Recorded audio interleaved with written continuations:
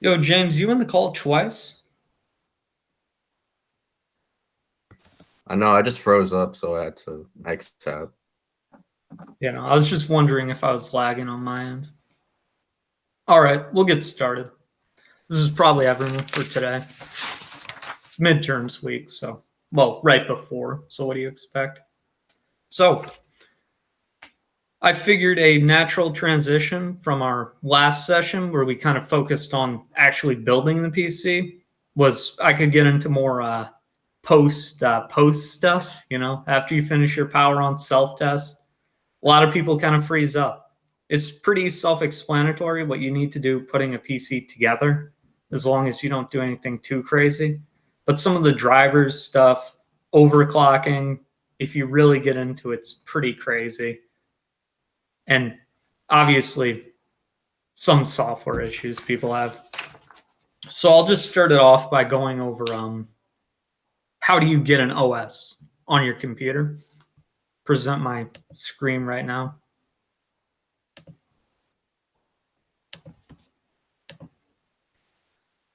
So what I generally use is Rufus. Rufus is a utility that lets you essentially put whatever OS you want on it quite easily. And by whatever I want, it's generally just a Linux kernel or Windows 10, because in 2020, you're not really using anything else.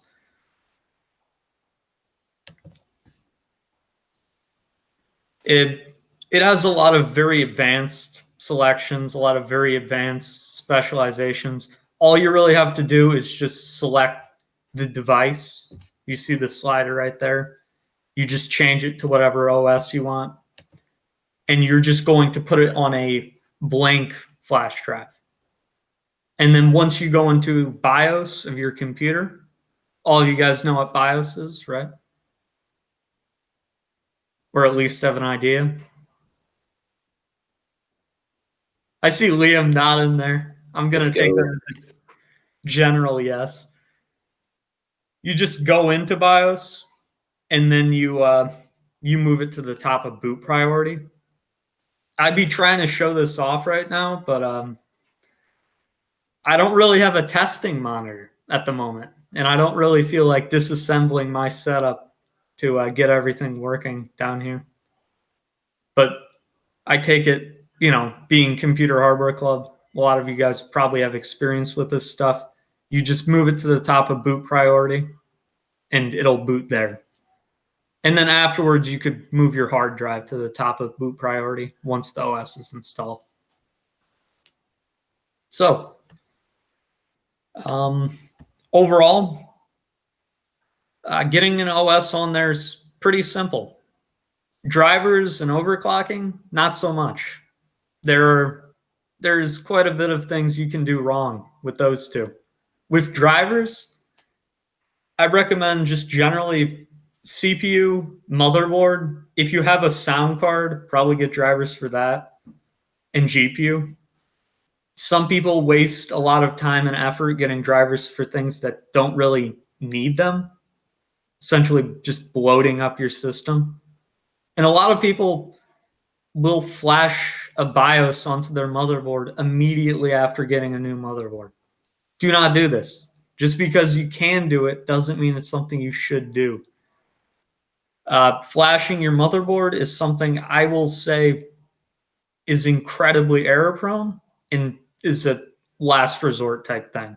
If I was in a situation where my system wouldn't post and I knew it was because of the motherboard, typically that would be a lack of error beats on a post, and the connectors are in properly and all that, then you might want to consider flashing your motherboard. Or if companies are just incompetent, like AMD around the AM4 launch a year ago, where you had to flash any B450 boards. Otherwise, don't do it. It's a pain, it's unnecessary, and if you lose your power, your board is essentially a $100 paperweight, because it will never do anything again if you brick it during post and it's not high end. All right. So, drivers, Also fairly self-explanatory. Now we get into the real meat of the lesson today, overclocking. I can see just from James how he's looking. James is a major overclocker. James is pushing like probably 5 gig easily. I don't know, probably 500 gigahertz on like a Pentium.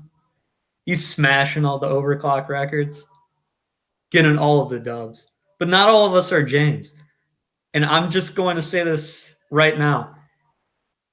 For most people, overclocking is a waste of time, and generally you will see nothing from it. But there are some instances in which I'd say everyone should do it. RAM overclocking, you have to overclock your RAM to get advertised speeds. It's normally done through XMP, which is essentially a pre-designated memory profile.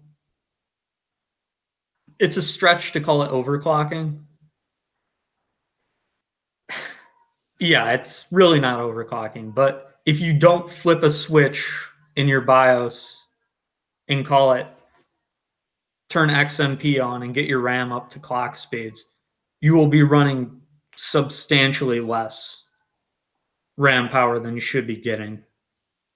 And if any of you are familiar with memory, just about everything you do on your computer uses memory. You want to make sure you're getting the advertised speeds. Some other things I'd recommend, this is sort of branching off from overclocking, but this is just general good practice motherboard after installation. I definitely mess around with fan curves. This is to everyone's preference. If you're a massive overclocker, like, I don't know, Liam or something, you might want to run your fans 100% nonstop 24/7.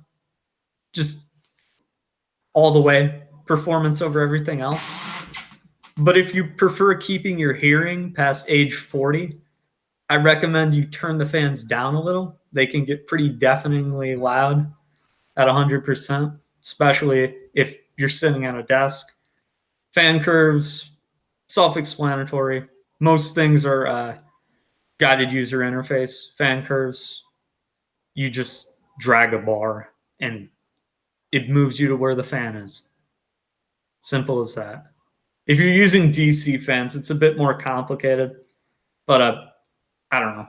Most fans nowadays are PWM, which is complicated, but it gives you greater selection in terms of the voltages applicable for fan runtime. If you do have DC fans, though, just keep in mind they don't really run. If you cut the power too low, you need a minimum amount of volts to keep DC going in these cases. So all that stuff, pretty self-explanatory. Now we're going to start getting into the stuff that I'm going to call computing crackhead territory. This stuff is may or may not void some warranties, may or may not start electrical fires. I will specifically point that one out. Take extreme care if I say something causes electrical fires. This is not for humor. It will cause an electrical fire. Don't be like James and try and put 5 volts through your new CPU because you think it'd be cool. It will fry your system and cause a home fire. Not very cool. So once you're in that situation and you've decided you really want to commit to overclocking, you got to put a decent amount of time in. There's no formula. There's no, you can solve for what clocks you're stable at. You just got to pick clocks, pick voltages, and stress test.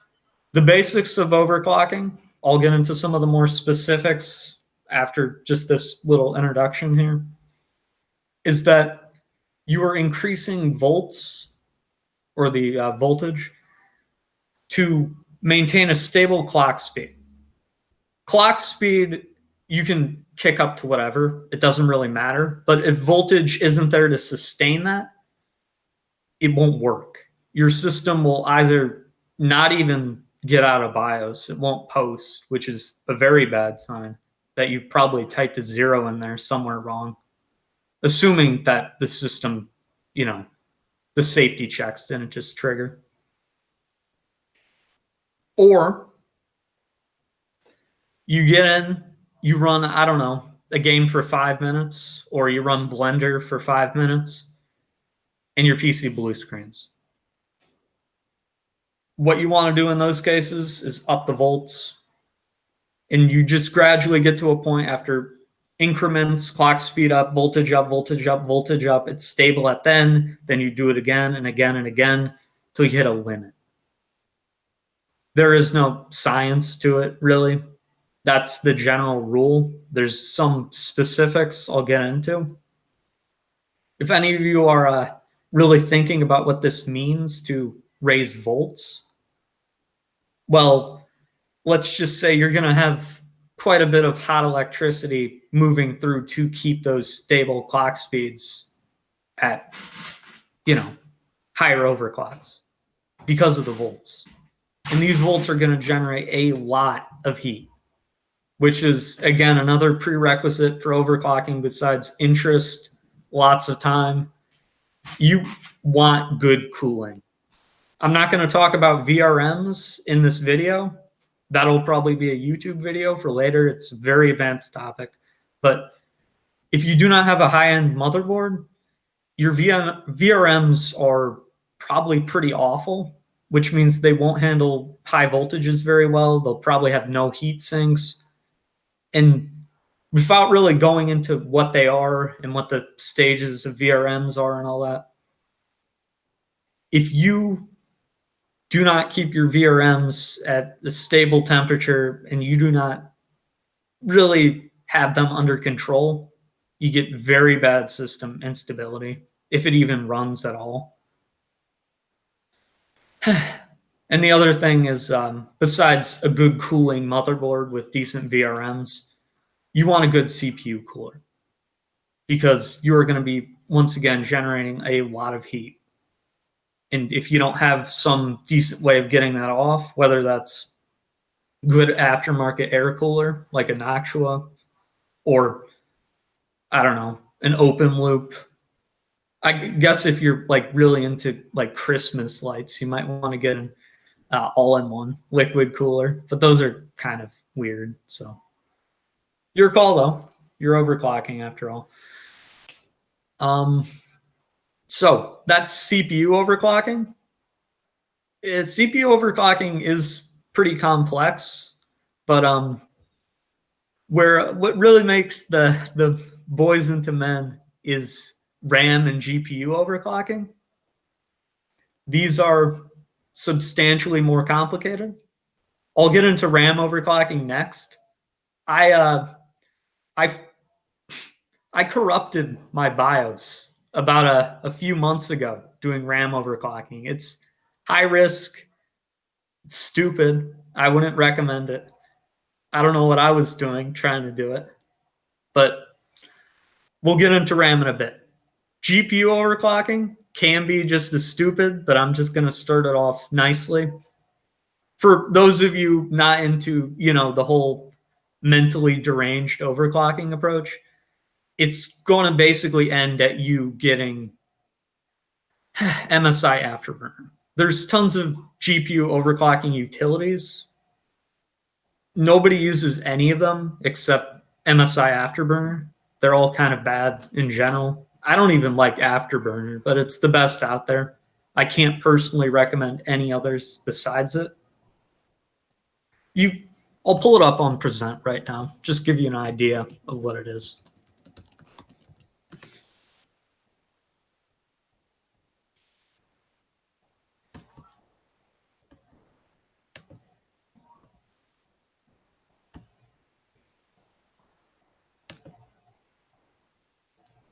All right, my internet's being really slow right now, so I can't pull it up, but if you look up MSI Afterburner on your PC, you'll get a decent idea of what it is. It's quite user-friendly. I use it to set my my GPU fan curves as well. I'd say regardless of how interested you are in overclocking, it's good to get MSI Afterburner for your home PC, if you have a discrete GPU, that is. And Aiden, if want me to present it? yeah, Liam, go for it.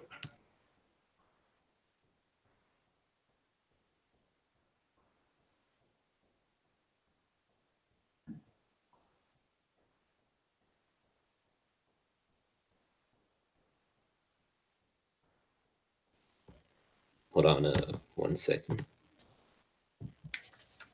Oh, what's blocked?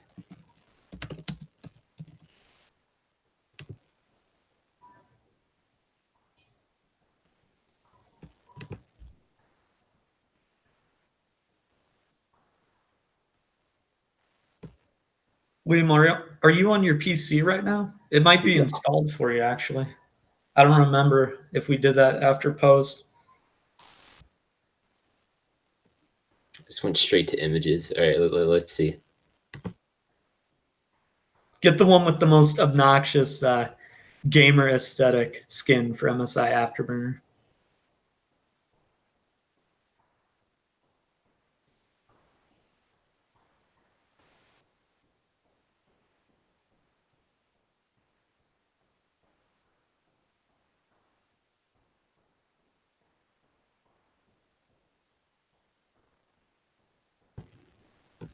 All right. Can you see this? Yeah, we can see it. All right. So could you click on one of those images? Yeah. So this is generally what MSI Afterburner looks like. As I mentioned before, you can put skins on it. You can customize it a decent amount. It's just pretty basic GPU overclocking. It's a nice utility.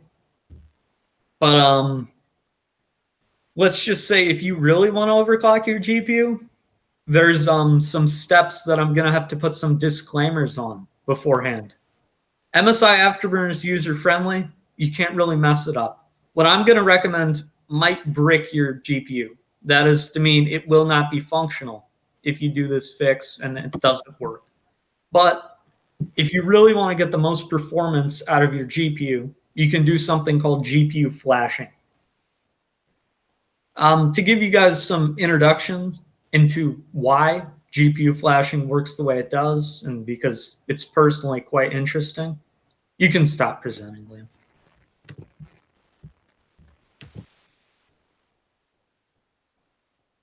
So GPU overclocking is very limited, as you've probably seen. You can do everything from BIOS with your CPU and your RAM once we get to that, and some other stuff that we're not really going to get into in this video. So why are GPUs so locked down? Well, GPUs essentially have a BIOS chip within them that pre-designates what the, for lack of better terms, factory clock and voltages will be. They fluctuate because of many manufacturer tricks to get the best performance depending on the scenario. But it is caked in. You can think of it like that. But then let's think about it this way. This is your PC. Nothing's really stopping you from taking a flash drive, getting your own version of BIOS on there. It's a VBIOS. It's not the actual chip. Your own version of BIOS on a flash drive, plugging it in to your GPU. And then through Windows command line, you can boot that flash drive to replace the BIOS on your GPU. This will absolutely void your warranty. You will probably not get refunds on this GPU. And if you mess up and you don't have a very expensive GPU that has dual BIOS enabled, well, tough luck. But through this, you can get pretty substantial performance gains. Think of it like, I don't know, imagine painting a Prius like a Ferrari, except when you paint it, it actually turns into a Ferrari. Of course, the manufacturers, they don't really want you to know this, but you can absolutely do that. It does have its downsides, like the fact, I don't know, the internals are still that of a Prius, and it will probably run into issues on the long term if you try and run it like a Ferrari. It's an But overhated car. Come on, yeah, Adrian. overrated car. Hated too much. It's not that bad. James, are mechanics basically just overclockers for cars? Maybe. James brings up a very valid point. Hating on the Prius too much. Well, what car do you want me to hate on then, James? I don't know. Hmm. The Prius deserves the hate. Yeah, but I don't know. It's kind of like the scapegoat. I think from like the front Priuses look all right, but like it's the back of. I don't know. We're getting a little off topic though. But once again, I do have to agree with Liam on this. Priuses are definitely not the most attractive cars. And if you could flash your Prius into a Ferrari, I think most people would easily do that. And that's the same idea with a GPU. You can essentially subvert what manufacturers intended for your GPU to run at the cost of card stability, card actually capped performance. It's not like it can just transform the silicon. You do have to understand there are some limits. But if you have something like, I don't know, a Radeon 5700, you can absolutely flash it up to a 5700 XT. Because the only thing really differentiating those two is the fact that AMD is just saying, we're going to cap this one so it doesn't exceed that one.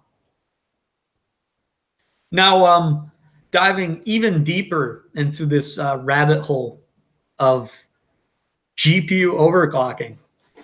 Well, James, how do you think GPUs determine how many volts are going through them? You can pass it to someone else, like Liam, if you want. I think Liam knows more. It's a good question. Wait, what's the question? What's the question? How do you think GPUs know how many volts are going through them?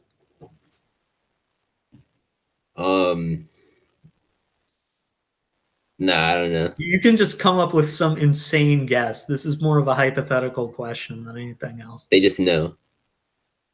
Yeah, They're God. basically. Is it the amount of heat produced that Not the they use to amount judge of it? heat produced. They have No. their own power delivery, right? They do have their own power Yeah. delivery, yes. But it's important to note that they manage their own power delivery in a very interesting way. You see, the card designers aren't stupid, and they assume the users aren't going to be doing anything too crazy. They're not accounting for the 1% of edge case people who flash their own BIOS and do all kinds of crazy stuff. So what they do is they have a little something called a shunt that monitors voltages. And they just assume, based on, the natural assumption, how could the card ever possibly, pass in some unexpected amount of voltages? All they do is they read this shunt that acts like a minor resistor that calculates voltage that way. And they're like, yeah, that's the voltage for the entire card. What would happen if you interfered with that voltage reading mechanism? And this is where the interesting idea of shunt modding comes in. The card's only way of knowing if you're using too much power is shunts. That's the only way it can read the voltage. Because, as we mentioned before, it has its own power delivery built in, including power safety mechanisms to stop you from causing electrical fires or burning your GPU, But if you solder a resistor onto a shunt, which some people call voltage regulation modules, but they're really just shunts. If you solder it on to, depending on the card, they might have multiple. If you solder them on, the card will think you're getting less volts coming through. And you might ask, rightfully, why do you want a card to think you're running less voltage than you are? It lets you exceed the safety limit the manufacturers put in place. Because they're not really monitoring how many volts are going through. They're just reading what the regulation module tells them. And if you say the regulation module is much lower than it actually is, well, the card's just going to treat it like it is. and you can push it way harder and way faster than you should. This comes with many natural risks. Do not do this if you don't really understand what you're doing. Do not do this, frankly, if you're a mentally sane person. This is not what you should be doing. This is extreme overclocking stuff.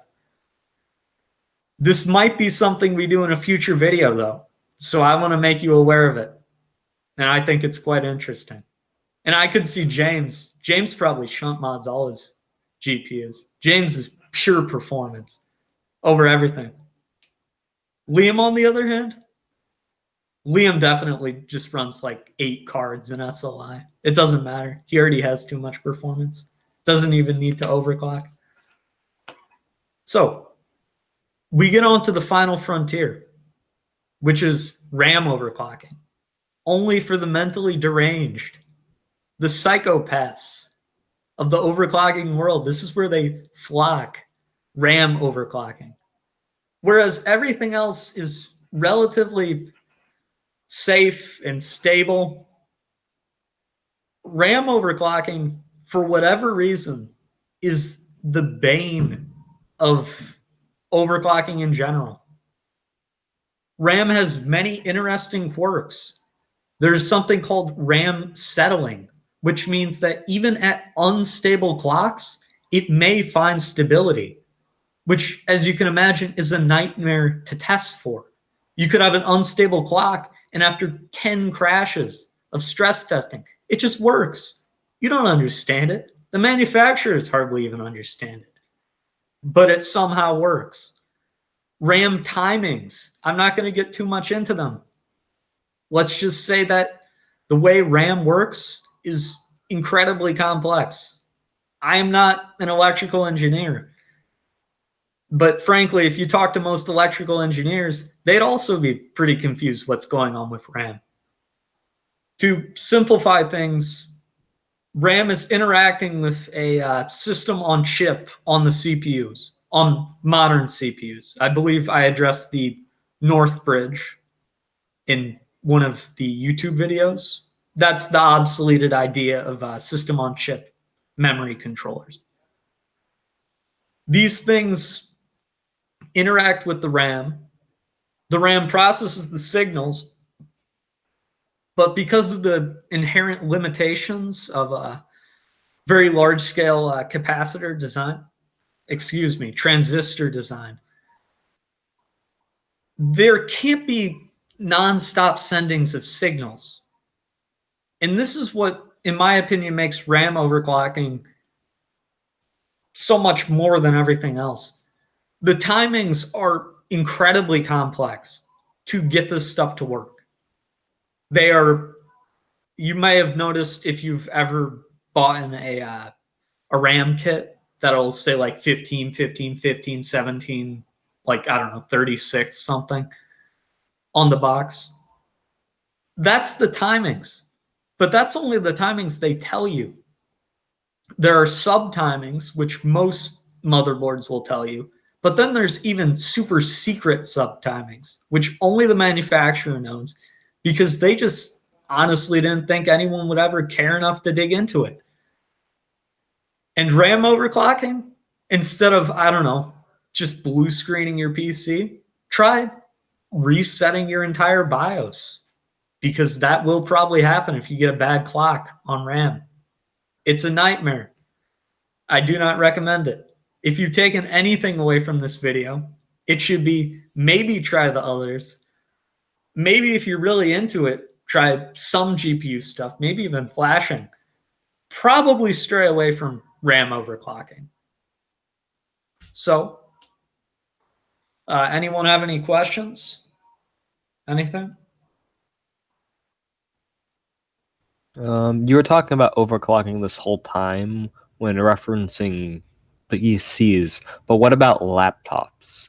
Because there's a difference between laptops and PCs for overclocking.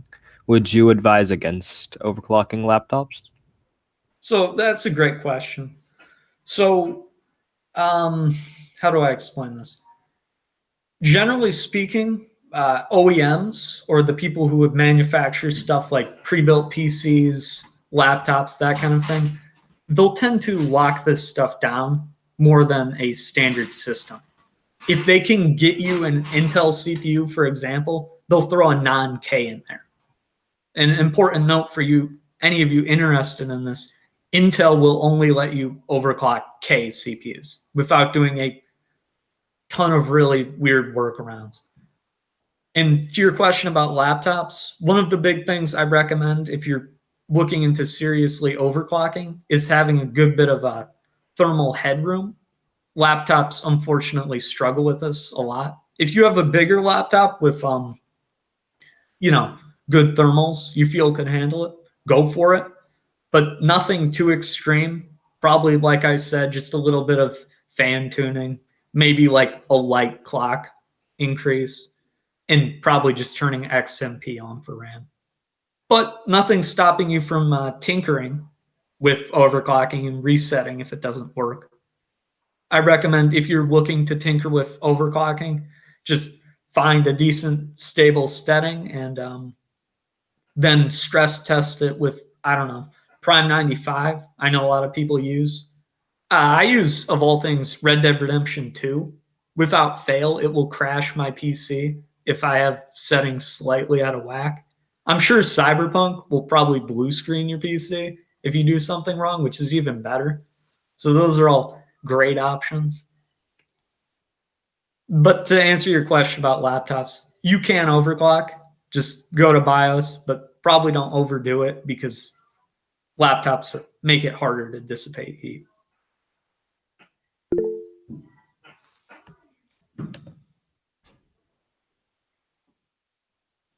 Oh, Daniel, yeah, RAM overclocking, everyone. It happens to anyone who is insane enough to dive into the depths. I've had this happen to me before too. Could you turn on your mic? Your fans are still running when it turns on and everything, yes? Yeah. All right. So do you know what a the BIOS chip, the what's it called again? The little coin battery that's used to support BIOS. Yeah. Yeah. So what you want to do is remove that. I'd take it out. What'd you say? Okay. Yeah. Well, there's stuff you have to do afterwards. You take it out, probably leave it there for 15 minutes out of the computer. Okay. Put it back in and turn your PC back on. That will reset all your BIOS settings and your PC should be good to go. Okay. If that doesn't work, you might have to short circuit something. So you look into your motherboard's instruction manual or you look it up online. You find 2 pins, which are CMOS. That was the word I was looking for. CMOS jumper pins. Mm-hmm. You stick a screwdriver between those pins after removing the CMOS. If, of course, my easier method didn't work. You short it with it out, only for a second or two, nothing more. Shouldn't really harm anything if you short too long, though. Okay. After doing that, put the CMOS back in, turn it on, and your PC should be operational. Okay. I'll try it. Yeah, go for it, man. Good luck. Anyone else have any other questions? I was just gonna add, sometimes you can't even hit your XMP, like whatever your RAM is rated at, because that happened in my case. I think it has something to do with my CPU memory controller or possibly motherboard. Yeah, no. As I said, RAM overclocking is a dark science. What I'd actually recommend for unstable XMP profiles is essentially just turn your PC on and off a ton of times and just stress test it repeatedly to get the memory settling effect. But if that doesn't work, you're absolutely right. You can just go in and just tune it to the manufacturer recommended settings, maybe up SoC voltage on your CPU so it's a bit more stable. Yeah, I've had to do a little fine tuning, but the best I can get out of a 3200 megahertz kit is like, I think I have 2933 right now. 2933. What CPU are you running? It's a Ryzen 5 3600. 3600. Yeah. Well, you want the RAM speed, huh? Yeah, Ryzen perform really well.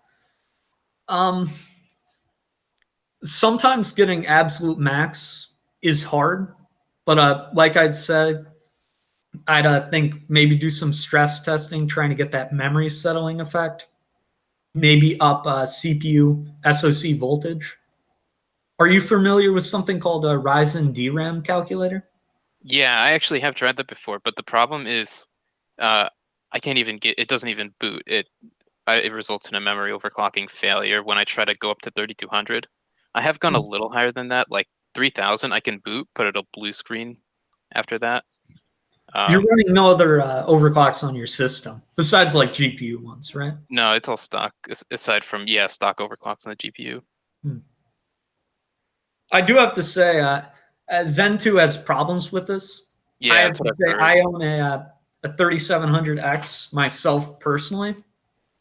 I can't run it. My RAM at advertised speeds. I've had tons of headaches with it in general. My 3000 megahertz kit, or if you want to get technical, it's all half of what it really says it is because of DDR 1500. I've never really been able to push above 1466 without constant crashing. In the interest of stability, I run it stock, unfortunately. As I mentioned with Red Dead always crashing whenever I tried RAM overclocks, I couldn't even leave the introduction of the game running even 2400 on a 3000 series kit. But like I said, if you want to mess around with it a bit, upping your CPU SoC might help a little. Even just stress testing a few times to see if memory settles is another good idea. But you may just be out of luck, like I can. Yeah. So anyone else have any other questions? I do have to ask Liam, what do you think the ugliest car is? Getting back to the Prius discussion. I'm not really into cars that much, but yeah, I don't really know. I'm just not that into James, it. Drive any- whatever. I'm picturing it in my head right now. I'm just trying to figure out its name. I think it's like a Fiat or something. I'm thinking of like the one Walter White drove. Like that one's ugly. I can't think of the name of it. But I'm trying to like, SUV. Yeah, the SUV. Yeah. That one's hideous. oh, here we go. The Fiat Multipla, that's what it's called. That's terrible. Yeah, James, present your screen. I want to see it.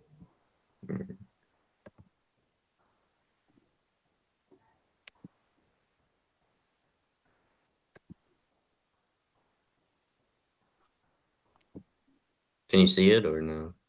It's presenting right now. Okay.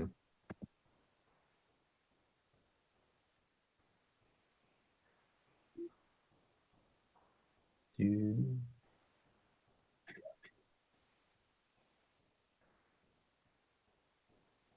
Yeah, so it's pretty bad. that's terrible. I don't know. It's not as bad as like. I think it's worse than a Prius, but the car Walter White drove, that was definitely just about the ugliest. You didn't think it was worse than a Prius? I think a Prius is better than what he drove. It's the headlights, man. It looked like I don't know, something about it. I don't know. I haven't seen Breaking Bad, so I don't know. James, really? No. All right. So, let's offer this discussion up to something else, just some closing notes about the future of this club. So I just want a show of hands in chat. How many of you are in CS courses right now? Computer science.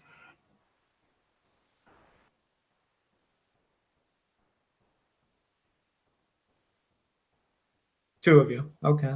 Not bad. So I just wanted to let you know the future of this club is likely going to be, as this club being some kind of weird combination with CSHS. And I wanted to let you guys in CS right now know, if you run for CSHS and get in, I will probably look into, before I'm done here at Bethlehem, making you somehow in charge of this.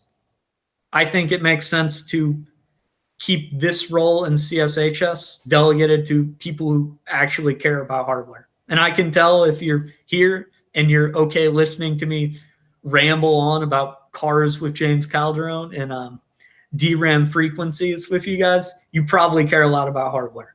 And I want someone like that in charge of the club when I'm gone next year.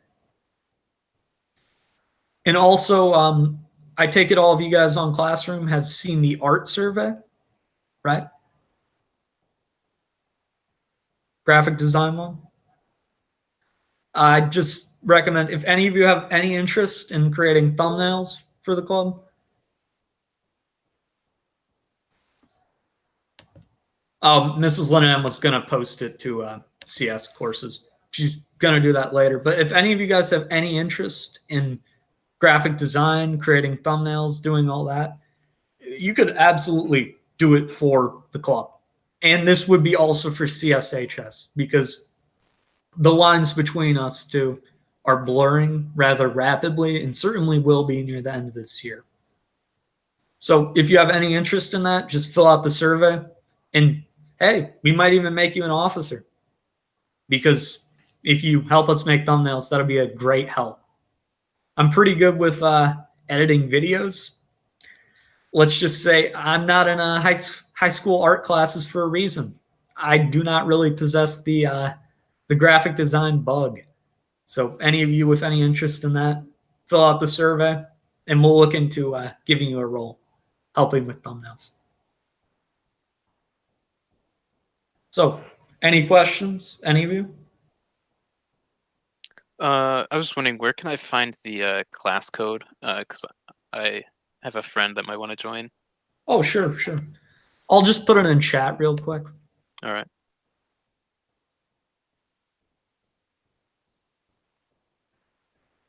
Do you guys have anything you want to see in a future YouTube video or do in our next session, which will probably be the week after midterms?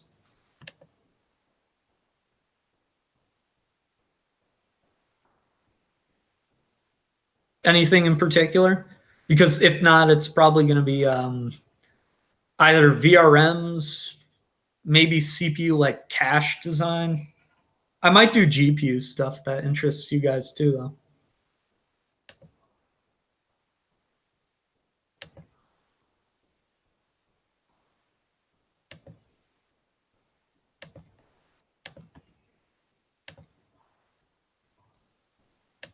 All right, code's going up in chat right now.